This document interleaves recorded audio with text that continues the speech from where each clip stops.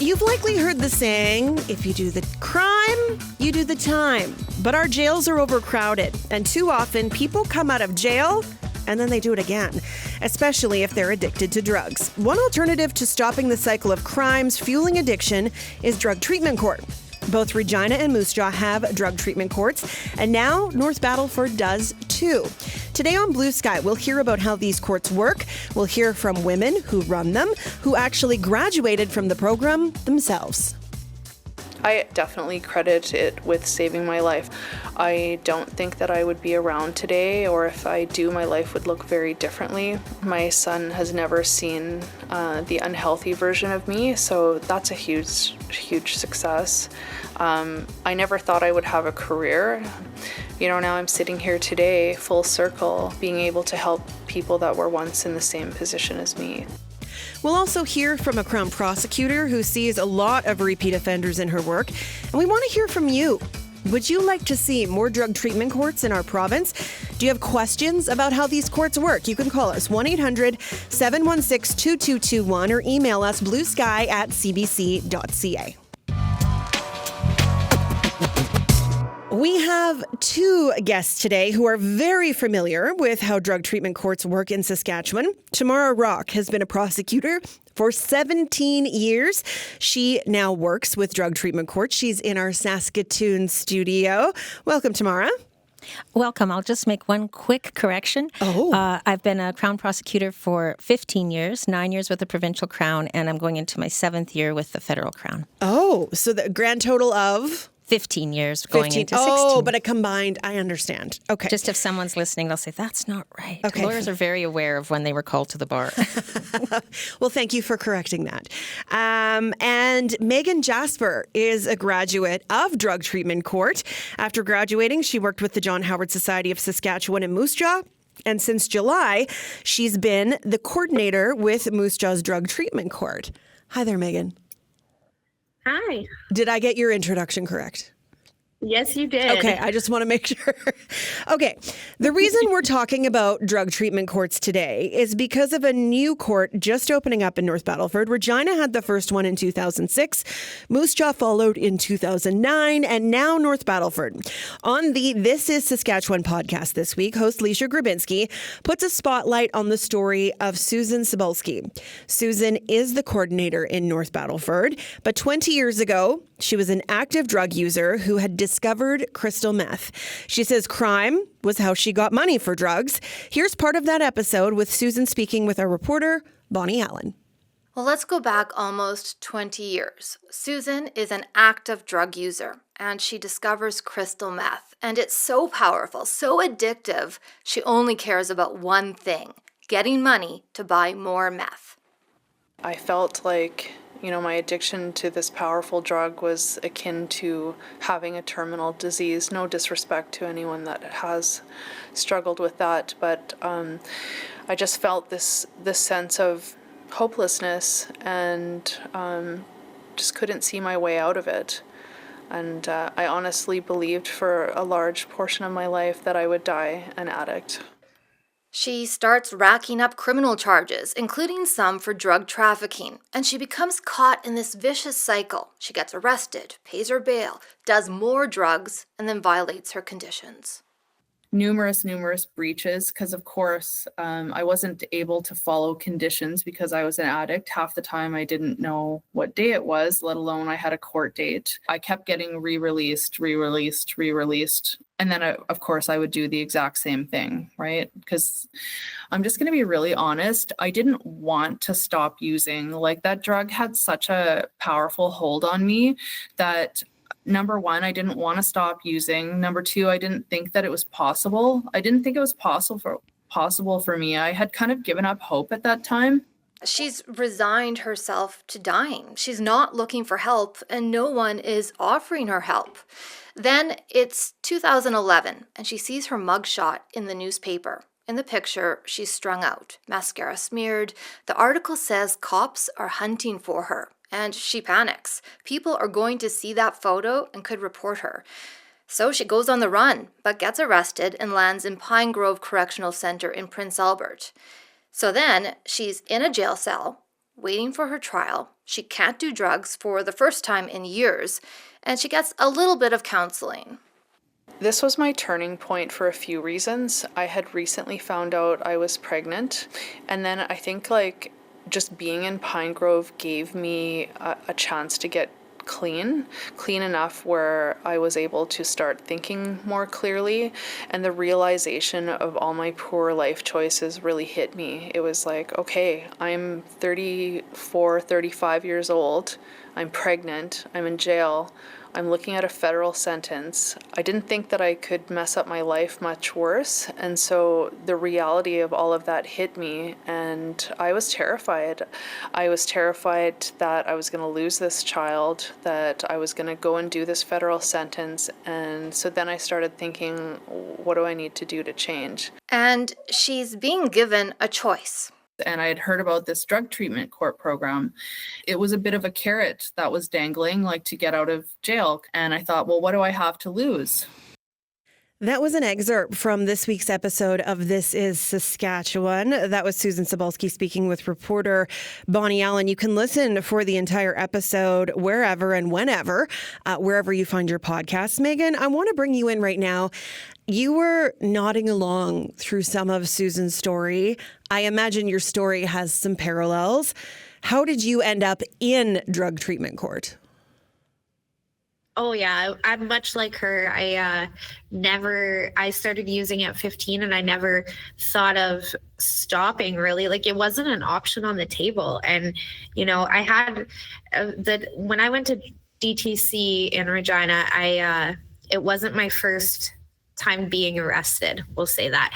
I had gone before, and every time that I got out, I even though my intentions were always good, and just like how she said, you get counseling and all that kind of stuff I didn't really get counseling, but there would be AA would come in, or a speaker would come in to Pine Grove, and and they'd put the plan to seed. But I thought I had this idea that if I just get a job and get a house, and I would be able to be successful. But successful to me at that time still meant using, right? I never put two and two together that the drugs were the problem. I thought everybody else was the problem. And then I like how Susan says that she hit the nail on the head there. Anytime that, I'd get arrested, I couldn't make court dates. I couldn't make court dates, go check in with a PO. My using came first. Half the time I didn't know what day of the week it was. So by the time I actually went to have my charges dealt with, I had tons of breaches. I had tons of these things that, just made it so much more daunting that I didn't even want to go. Right. That's why drug court was so crucial for me is because they walked beside me. They helped me navigate. I mean, if you go pick up a law book, it is hard to understand the language in there, right? And so DTC, the whole DTC team, they were able to walk with me and really, I owe I wouldn't have been able to do it in any other treatment program. I want to know, Megan, when you said you started using around 15, how did that happen, and what was it? What got you hooked? So I probably had a little bit of that undiagnosed ADHD. I was pretty wild as a kid, like a daredevil. I shouldn't say wild. I was a daredevil, and I played sports, and I was very dedicated to competitive soccer. And then I had an injury, and the injury went, I couldn't run. I was in a cast, and I started to I'd gone to parties with my team or in high school there, and just trying to fit in and stuff. And then when that injury happened, it's I lost my identity, because my identity was an athlete, and I lost that. And I just, those parties that were Friday night and Saturday night turned into Friday night, Saturday night, Sunday night, Monday night. And it progressed so quickly. And for me, I got into the crime right away because my allowance was not supporting my habit. Right. And at that time I was into ecstasy pills, which were $15 a pill at the time. And so, my getting and using and finding ways and means to get more was to sell them. right? And at the time, I had no idea that I was being a drug dealer. I just thought I was helping all my friends and me get high for free. And I remember when I got arrested at 15.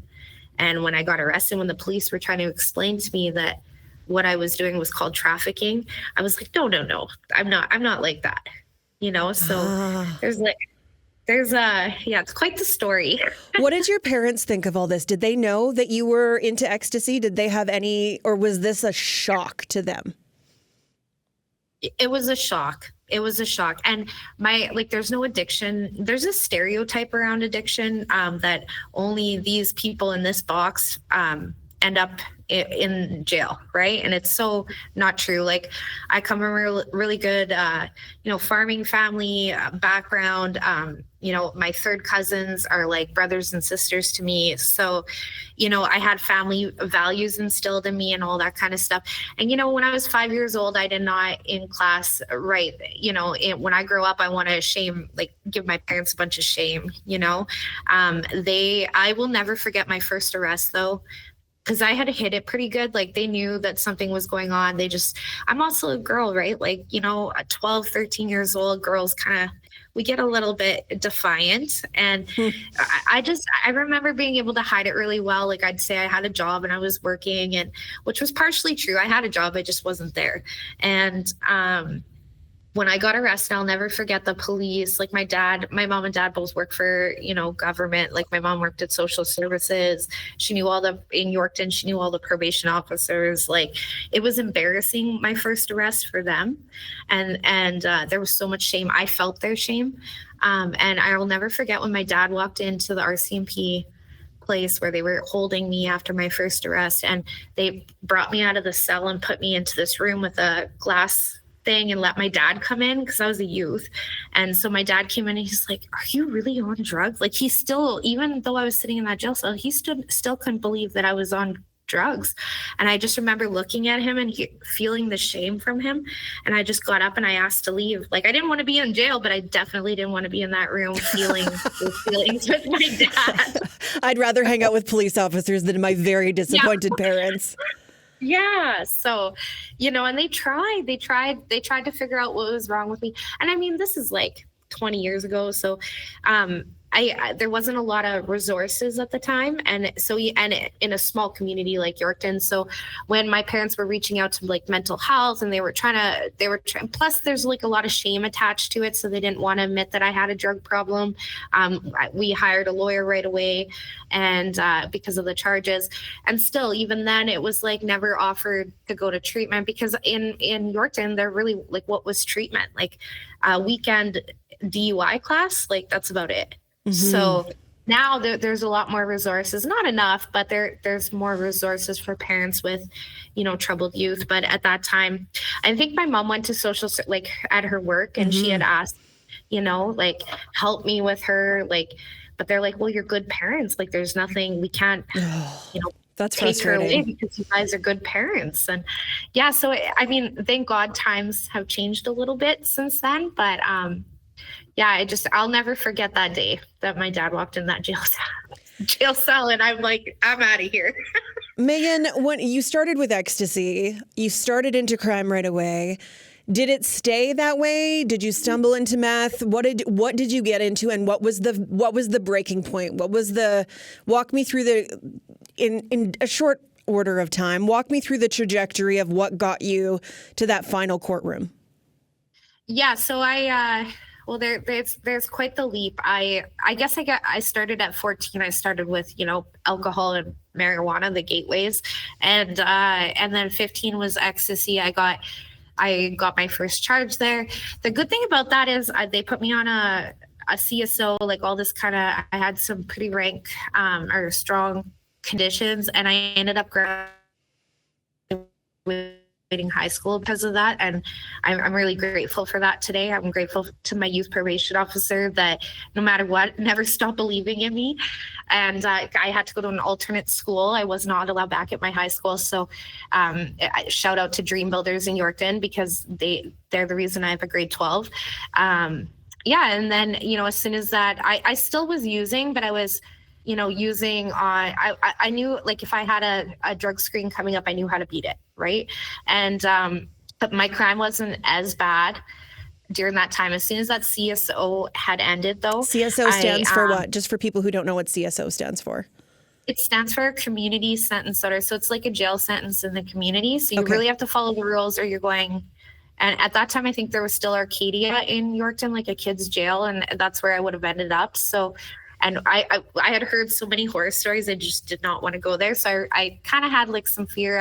I'm going to follow the rules till this is done. And at 18, I met a guy that was 16 years older than me.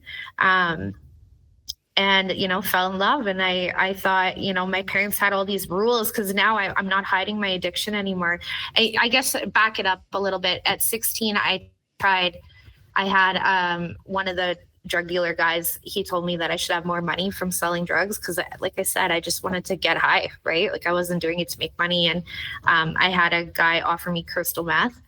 And he said, this will help you deal with your addiction to ecstasy. And he was right. It did. It just gave me a stronger addiction, way worse. One that physically changed me, that it was noticeable to everyone. And then I used that until I met this guy that was way older than me, moved in with him because at 18 I could do what I wanted, right? Parents couldn't stop me.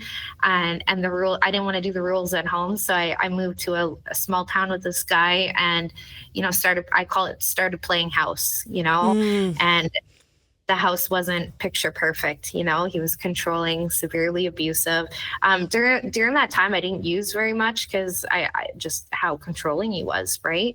But the minute that relationship ended, I was using, right? Like he was arrested for something else and that relationship ended and I called my parents, I'm coming home, and I never made it home. I made it to the dope guy's house and I was high, and maybe in a week I showed up at my parents' house and, they had to put some boundaries up with me.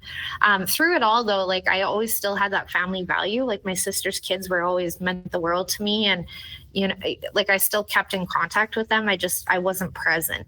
And then it was just evil cycle of me, getting arrested, I'd get out, I'd have great intentions, and I just couldn't do it. I couldn't do it on my own. And I didn't even know where to go. I didn't realize that, like Susan said, like I didn't realize that the dope was the problem. I thought it was the people, or I didn't have a good enough job, or where I was living. And eventually my addiction took me to Edmonton, and I had a really scary encounter. It's a whole story. It's a long story, but there's a video on it. Stop messing around. Go check it out. I ended up getting kidnapped, and I was sexually assaulted. And because like after that, that's when it changed. Like I just wanted to die. I went through this thing where I just wanted to die, and I did not see a future for myself. I remember, in Saskatoon, I had come back and I was in Saskatoon. I remember walking across bridges and thinking about jumping, and like trigger warning for anyone. I just couldn't do it. And it wasn't because I didn't want to hold on to life. It was because I didn't want more pain than I already had.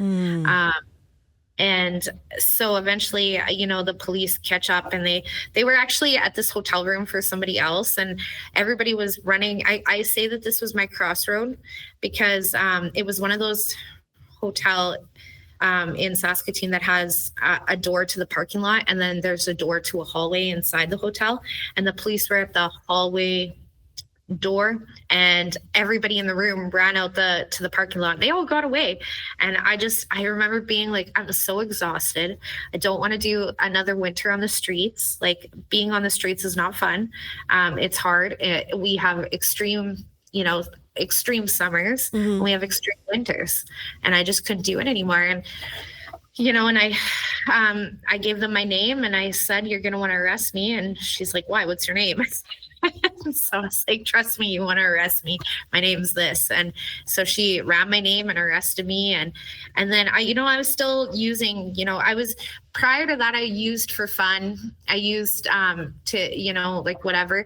And then after this, it was, I used because I just didn't want to feel. I wanted to be numb. Right. And so I go to jail and I sleep for the first couple weeks, and then I wake up and I'm feeling all these icky feelings again. And I was like, what did I do? Right. And so I remember I had racked up so many charges across the province because I was on the run. Right.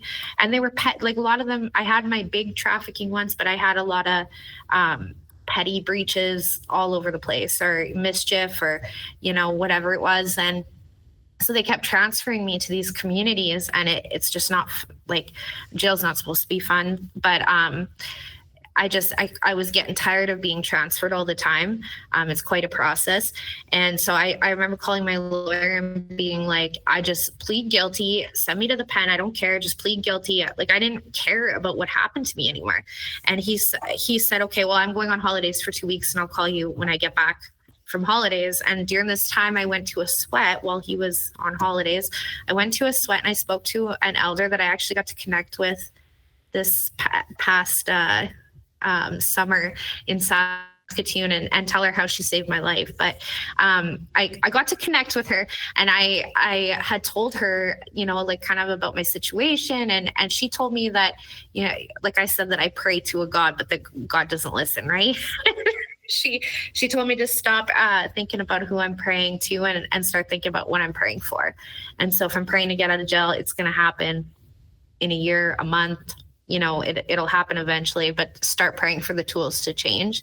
And so that's what I did. I didn't know what I was praying to or anything like that. I call this my surrender. I got on my knees in my cell and I just cried and I begged for a new way of life. And I begged for the tools so that I didn't keep ending up here, so that I didn't have to keep destroying everything in my life, like every relationship. I wanted to be the person my family thought I could be. Mm-hmm. I wanted to be that. I just didn't know how. And then my lawyer comes back and I get called down to video court, and they're offering me drug treatment court, which I had heard of it. I dated a guy years prior to this that was in it. And, I had a little brief stint at Hotel Sask. And so I had heard of it from there because Judy used to come there for brunch. And, I never even thought that could be an option for me.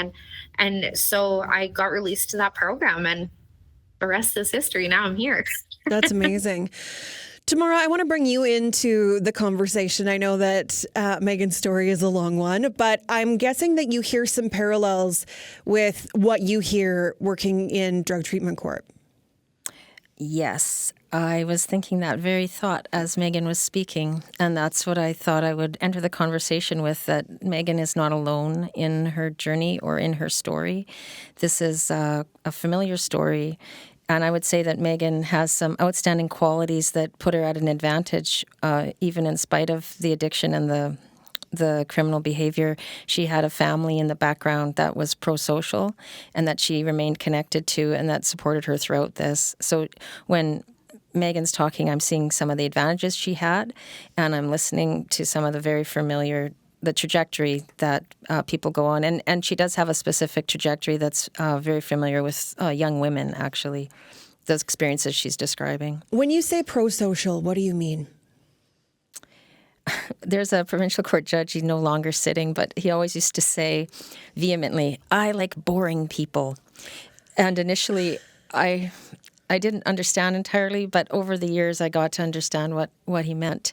He just meant he likes people that get up and go and do their work they have to do, or their schooling they have to do, have good connections with family and friends, not a lot, but just some, if they have a problem with drugs or alcohol, they have sober friends and social activities. After their daily activity, they go and they do something positive in the community, whatever it might be, for their own health or the health of the family or the broader community. They get into their bed and they sleep a good night's sleep, and then they do holidays that nobody's property is ruined. Nobody is physically assaulted. No one gets out of hand that they don't remember and hurts people with their words.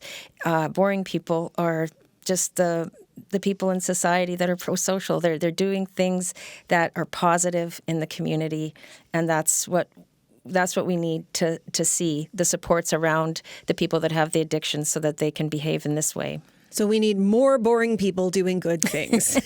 That's to summarize it in a really short Yeah. way.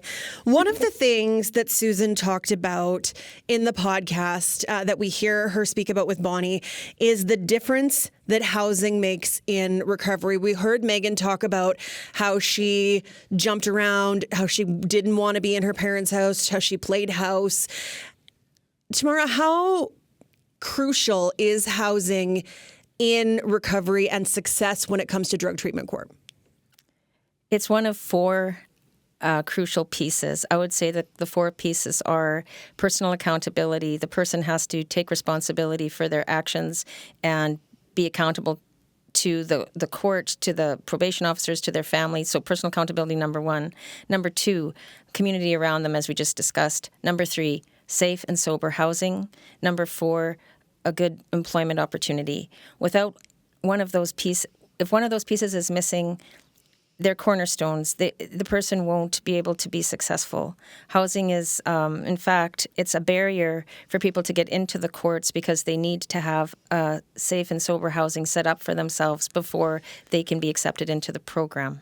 So it's a crucial piece. And to make an analogy, if a person has no understanding of what Megan's lived through and doesn't understand criminal activity or addiction, if they could think about their own life or the life of a child that they care about, and as that person comes to maturation and has to leave home and get out into the world, there's always this moment where they have to find housing to live in the community where they might be going to a post-secondary.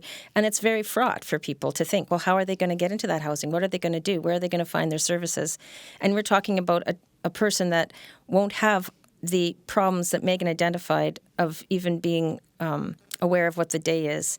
So somebody has to take a chance and believe in a person that comes to their door and says, I'm an offender, I'm involved in a drug treatment court, I have court-ordered conditions to behave in these productive, positive ways, and I need a place to live. And then we need landlords that believe in this, and that's it's actually a hard sell. Mm-hmm. I'm wondering, in the world we live in right now, Regina, Saskatoon, North Battleford, Moose Jaw, Prince Albert, these big centers, there is not a lot of affordable housing. And cost is a huge barrier, particularly if you have an addiction and you don't have a job.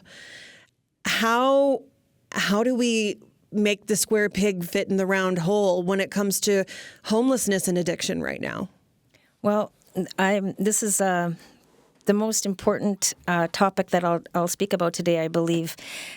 When people think about a program like this and maybe not wanting to support it because they might perceive that the people involved in it owe a debt to society. If someone's unhoused and regularly accessing medical services and the policing involved, that's expensive for society. If someone's in a jail, that's expensive for society.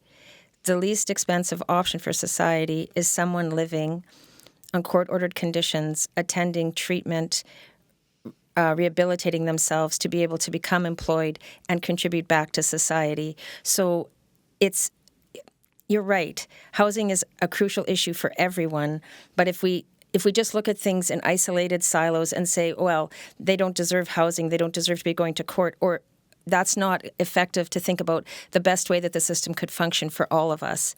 I think we could all agree that a productive person doing a job is much more acceptable and positive and good for our entire society than someone living without a home, without employment, wandering into emergency, or having to house somebody in an incarceral setting. So I I do want to highlight and underline the fact of this housing issue.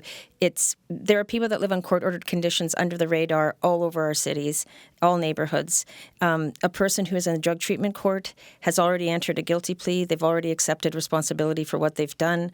They're living on very stringent conditions, and they're living, I think, quite a public life of rehabilitation. And I hope people listening will open their minds a little bit, or their hearts, and think about where these people can actually live and be productive and get rehabilitated. And we need to work together. We don't have solutions. There's no subsidized housing associated with drug treatment court. It's us as a collaborative group of professionals who are employed running the court, working together, brainstorming, thinking, and then people like Megan and Susan reaching out to landlords, to Sask Housing Authorities, to Elizabeth Fry Society, who helps female offenders, John Howard Society, who helps male offenders, and just trying to generate housing options that'll work. And the best housing option would be something that involved a 24-hour employee that would help somebody that's just coming out of a custodial setting, somebody that's just getting out of their addiction, to learn the regular routine of life, to help them with cooking, to help them staying on track. Those wraparound supports, which might sound labor-intensive, don't last forever. Every adult person wants to be able to take care of themselves. Mm-hmm. So that support would be short duration, short-term, intensive support to help that person long-term be successful as an independent, sober person. Megan, I think one of the things that Tamara touched on is that there are people all over every city living under conditions, flying under the radar. Can you talk to me about stereotypes going into treatment court? I mean, you came from a white, affluent family in the Yorkton area. You talked about how shocked your parents were that you had this addiction that was growing. You wouldn't fall into the stereotype of a drug user. No, but that is one of the reasons, I started speaking right away, right as soon as I graduated drug court. I think even while I was in drug court, I wanted to start speaking out because it shocked me that it took till I was 28 years old to be offered any treatment program. I'd never been offered one before. I thought rehab was for the movies, Mm-hmm. And so, and I really think it has a lot to do with that stereotype, stigma and all that. So we need to break that down because Susan said it's a terminal illness, right? We can't even argue with that. It's in the doctors call it a disease, right? And so, and when I started to look, and when I came to drug court, it's the most important thing. When I came to DTC, I was told I was not a bad person. I might have done bad things, but I am not a bad person. And that the things I've done don't define who I am or my future. And that is so important. That's one of the messages I send to everybody else too, is that what we've done doesn't define our future. Our choices, we got to make better choices, right? Mm-hmm. So that's a huge thing, is to break down that stigma and that stereotype, because not even just for the addict, not even just for mm-hmm. me, for the family member seeking help, for the spouse seeking help, for, the mother who just lost her child to an overdose that wants to seek help but doesn't know how, right? Because we should not be afraid to go to our employer and say, hey, I think I might have a problem. Is there treatment options for me? We should not be afraid to do those things. I feel like we're getting a little bit ahead nowadays, but there's still a lot of work to be done on that. And that's one of the reasons why I speak up, is because I don't want other people in the same maybe classification as I was, right, to ever feel like they can't say, that I might have a problem. Tomorrow, who is a good candidate for DTC or drug treatment court? Because not everyone is a candidate. No, we have a team of, as I mentioned before, professionals looking at every file that is proposed. We won't be dealing with anyone that has a violent offense, that's the predicating offense to getting into the court, or weapons actively used in participating in a criminal activity. We'll look at the criminal record, and if there's violence that's alarming to the potential integrity of the court, that person will probably be screened out as well. And when I say the integrity of the court, we want a highly functional court that not that everybody that goes through DTC has to become an extraordinary success, but that the court is actually meaningfully functioning, that it's not just people failing. And one of the main priorities we have to consider is the vulnerability of all the participants in the court, because there's this, if you're coming out of an addiction and you've had your armor on, as Megan really eloquently described it, not wanting to go back out into the elements to face the summer or the winter and just giving up in that way. If you have somebody that's that vulnerable, that fragile, thinking, has suicidal ideation, all the rest, the last thing you need to do is in your treatment program meet somebody who's not serious about their own rehabilitation and has manipulative characteristics that would take advantage of your vulnerability and offer drugs or offer some kind of scheme to make money, because this is a very difficult treatment program that they've engaged in. It's highly monitored. They're under vigilance they've probably never felt before. They've lost their freedom, really. And so we can't allow somebody into the program with a way of behaving that would corrupt the program. Mm-hmm. So we have to do this vetting process. So if any criminal activity in recent years that's too close in time, that's too alarming, the violence is not allowed at all. We need a very calm and safe program. And other than that, we're looking at, obviously, if the person has very limited criminal background, it makes them more, we can see their rehabilitation possibly more, because the more you end up back in, the more you have recidivist behavior, the more likely it is you'll just keep offending. However, I say that I believe that everyone has, with few exceptions, everyone has the capacity to rehabilitate and become pro-social and live in society in a productive way. And as Megan said, it's not a bad person. It's factors that are highly complicated that result in people offending criminally. So there's always hope. I see people that way, and we'll look at the files. But again, they're going to be vetted stringently. So yes, not everybody gets in, but I hope that we can make offers to many people to try to see if they have the right profile to get in. Megan, what was expected of you when you went through drug treatment court? How long is the process? What do you have to agree to? Give us a short version of what was expected of you. Well, I think one of the biggest misconceptions is that that DTC is a get out of jail free card, because it is not. Like Tamara said, I always call it's rehab on steroids. However, when I went in there, you're in an assessment phase. So this is just what happened when I was there. Mm-hmm. I was in the assessment phase. I lived at Kate's place. It was through Sally Ann. She said that was very important that I had trained professionals, because I knew how to manipulate my family, right? So it was important that I had that home life as well, and that monitoring of the curfew and all that kind of stuff. And I was just expected to be honest in the beginning. I wasn't going to get sent back to jail or kicked out for using or what, breaching curfew or whatever it was. The focus was on getting me honest.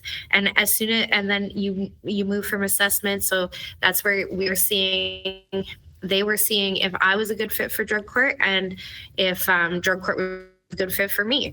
And so I moved into track 1, and then in track 1, it was just, the counseling, track 1 was a lot about me getting set up with counseling. I actually, because of the sexual assault being so close, I got set up with a psychiatrist.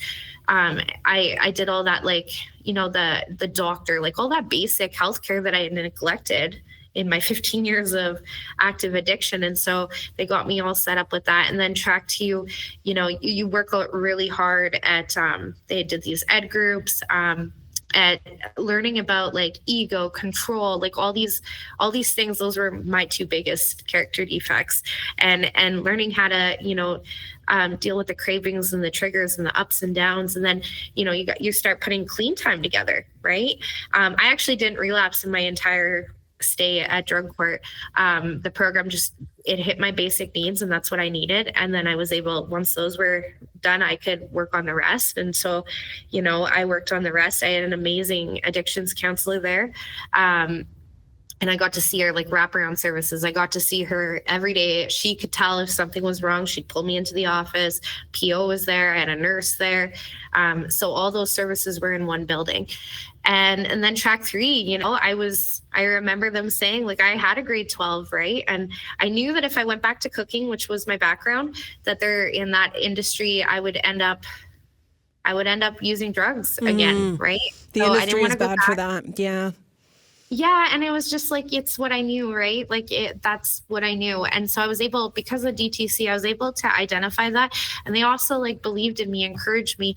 And I went to Sask Polytech. I went to school. I was, you know, a year after being released to that program or even getting arrested, I was enrolled. So from Pine Grove to Sask Polytech, that's what drug court can do for you. And I took my business certificate there, and then COVID happened. You know, I graduated. For my graduation, I was told coming into that program it was 16 months long. I graduated in 13 months, and I had a CSO and probation afterwards, and you know, everything I did it with flying colors. And today, like, I just celebrated 8 years clean. I have not crime-free, you know, drug-free, all that kind of stuff. I don't drink, none of that stuff. I'm contributing member of society. I finally have my dream job. I did moral recognition therapy while I was in DTC, which is a huge part of drug court. Like that is a huge part of me being here today, is because that taught me how to counter my criminal thinking. So you're a boring person doing good things now. Yeah, I don't know. I guess I'm still boring. Or I'm finally boring. Yeah, that's great. Tamara, I should just shout out Judge Lavoie. That's who used to say it, and it was a classic. I love boring people. Okay. Tamara, I wanted to ask you about the Ministry of Justice hiring people like Megan and Susan to do this work, to coordinate these courts, and the importance of that. Okay, I work for the federal government, and they are hired by the provincial government, Yes. and I just think it's amazing. I'm so happy that they've made these choices. The value of, I haven't worked with Megan directly, but I work with Susan directly, and I know that what she has to say carries so much weight. We have one woman in the application process, and Susan was talking to her, and she told her, well, this is what will happen to you if you don't do drug treatment court. And she said, my lawyer said that, but I didn't believe him. She's believing Susan, who's lived through drug treatment court and now is coordinating it ahead of her defense lawyer, just because she's hearing it from someone she can relate to. Mm-hmm. And that is profound. And when I first met Susan, I have to say, she had a very prim and proper demeanor. And I made a very quick judgment. I was like, oh boy, here we are. She's strict, whoever this is, I don't know. And I met her after, and she just opened up immediately and told me her story, that she was a graduate of drug treatment court. She dropped that prim and proper behavior that she was put on to be in court and be taken seriously. Mm-hmm. And then when she told me her story, I was just won over. I just thought, wow, you're the right person to be doing this. Because she talks like she knows exactly what needs to happen. And she doesn't ever push back to be more, like lenient in any regard. If I say, well, this has to happen in this way, she says, yep, that's what has to happen next, even if it's not a good consequence for the person, that the person might perceive it as frustrating for them. Mm-hmm. She's fully on board with the drug treatment program being the way it has to be, I don't know what you would want to call it, but strict. And her street credentials, and I'm sure Megan's the same, are worth more than anything else we could have in that role. And I'm just very happy that that's the direction that the provincial government has gone in this. Megan, I know 8 years clean is a huge achievement when you consider where you came from, but how do you measure success in the program? How do you know when a person is done, that they've done the time, and that they have successfully completed the program? What do you mark as success? You know what? I'll speak for me, right? When I left DTC, I'm not going to lie, I won't sugarcoat it. When I left DTC, my day of my graduation, I didn't have cravings triggers while I was in the program. I thought I was cured. And the day I left, the idea to use popped in my head because I could get away with it. Like, like that's why when we say like it's a lifelong disease, it really is, right? But thankfully for the 13 months of programming I had, I was able to counter that thought. And I would really measure success with the years after DTC, like reducing, I haven't reoffended. I haven't stolen anything. I haven't committed it. I don't even Walmart when they used to have the bags and you'd have to like self-checkout him. I never even stole those, and so to me, that's success. I haven't picked up using.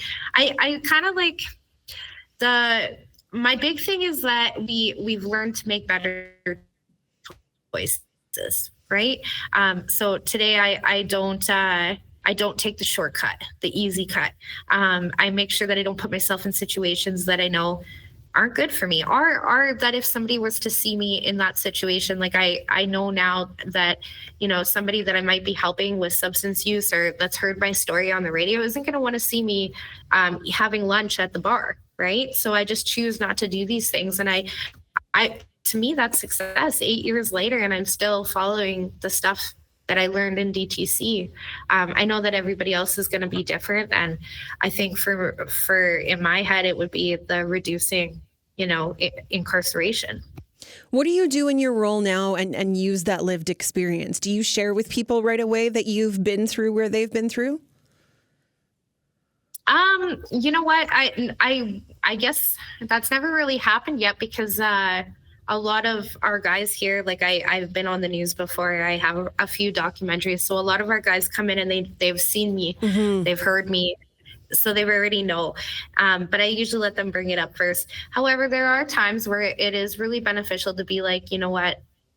I went through a similar situation like this. And I don't really get into like the talks about the using and glorifying the past, but when I have the same experience, maybe to a rule, maybe to a sanction or a fishbowl, which you probably don't know what that is, we reward. Yeah, there's at court we have. It's the only courtroom where the judge and everybody claps if you're doing well. Like it's awesome. And then they have this big fishbowl. And so if you've, got clean screens, because you do have urine screens, and you haven't missed any appointments and you haven't been late for group, you get, a fishbowl. And there could be a number of things. It could be a half day off. It could be lunch with the judge. It could be a gift card. And then let's say you have a late or you have, a missed screen or something like that, then I used to hate not getting clapped for, right? Like I every time I went to court, I wanted to get that clapping. It was probably the most important thing for me. So having those incentives. But I forgot the question now. That's okay. Tamara, I want to ask you, yeah, you did. We're coming up on the end of the show, but Tamara, I wanted to ask you, for listeners who want the government to be tougher on crime, that's something that comes up in the news from politicians occasionally. Does drug treatment court reduce crime?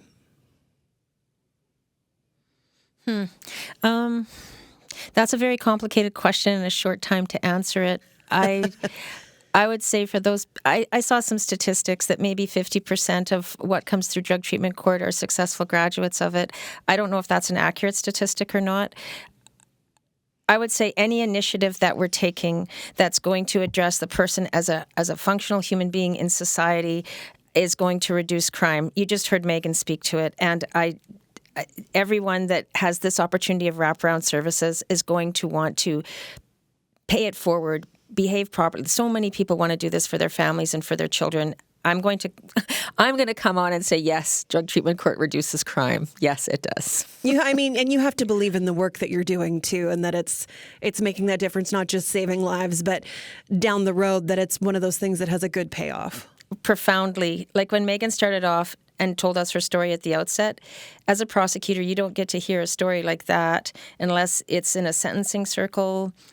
Maybe you'll go to trial and hear the person testify. Maybe they don't have to testify. Maybe at sentencing you'll hear it. But in drug treatment court and other therapeutic courts like domestic violence court or mental health court, you have an opportunity as a participant in the justice system. I'm a prosecutor. I know judges have the same opportunity.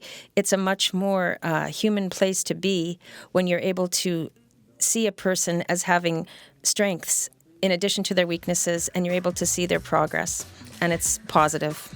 This has been such a good conversation, I think, for my soul in understanding how these things work and just the difference that people like you two are making in the world. Thanks so much for sharing a little piece of your corner of the world with us today.